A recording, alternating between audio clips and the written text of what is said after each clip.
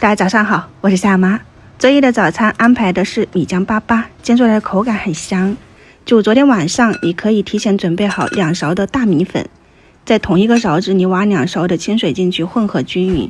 它这个状态是比较粘稠一点的，因为我后面还要加甜酒酿哈，所以不能太稀，就像这样子。甜酒酿你可以自己做，我就是自己做的，用剩饭做的。你也可以用超市里面买的都可以啊，给它混合均匀，半勺就行了。一定要加一点点，大概1克到2克左右的酵母，给它混合均匀，这样子，嚼起来的感觉就是稠一点的酸奶状，然后密封发酵1个晚上。天气只有10多度，你就放在灶台旁边常温。如果天气热，就像我一样，放到冰箱冷藏1个晚上。现在是早上的6点32分，拿出来是这种状态，表面裂开，里面搅拌也是能闻到发酵的味道。如果你是室温发酵有点酸，那你就加一点点小苏打，里面中和一下酸味。这一盆也是昨天一起搅的，为什么呢？因为我买的是那种散装的大米粉，我搅的时候我有点搞不清楚是糯米粉还是大米粉了，所以又搅了一盘那个肠粉的。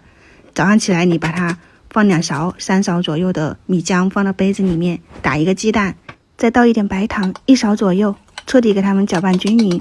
锅具的话呢，如果家里面有平底锅，你就像我一样子预热一下，多喷点油倒进去就可以了。盖上盖子煎，它熟得更快。表面凝固了，你就给它翻面，煎到2面焦香，米浆粑粑就可以出锅了。我们用平底锅煎，它比较大一点哈，就薄一些。你如果是用小锅，它就厚一点。这一锅是玻璃碗里的米浆，你看我捞的时候它就比较软，所以能确定它就是糯米粉了。还好做了2手准备，给大家参考一下。就不太确定的时候，我习惯性会做2份准备。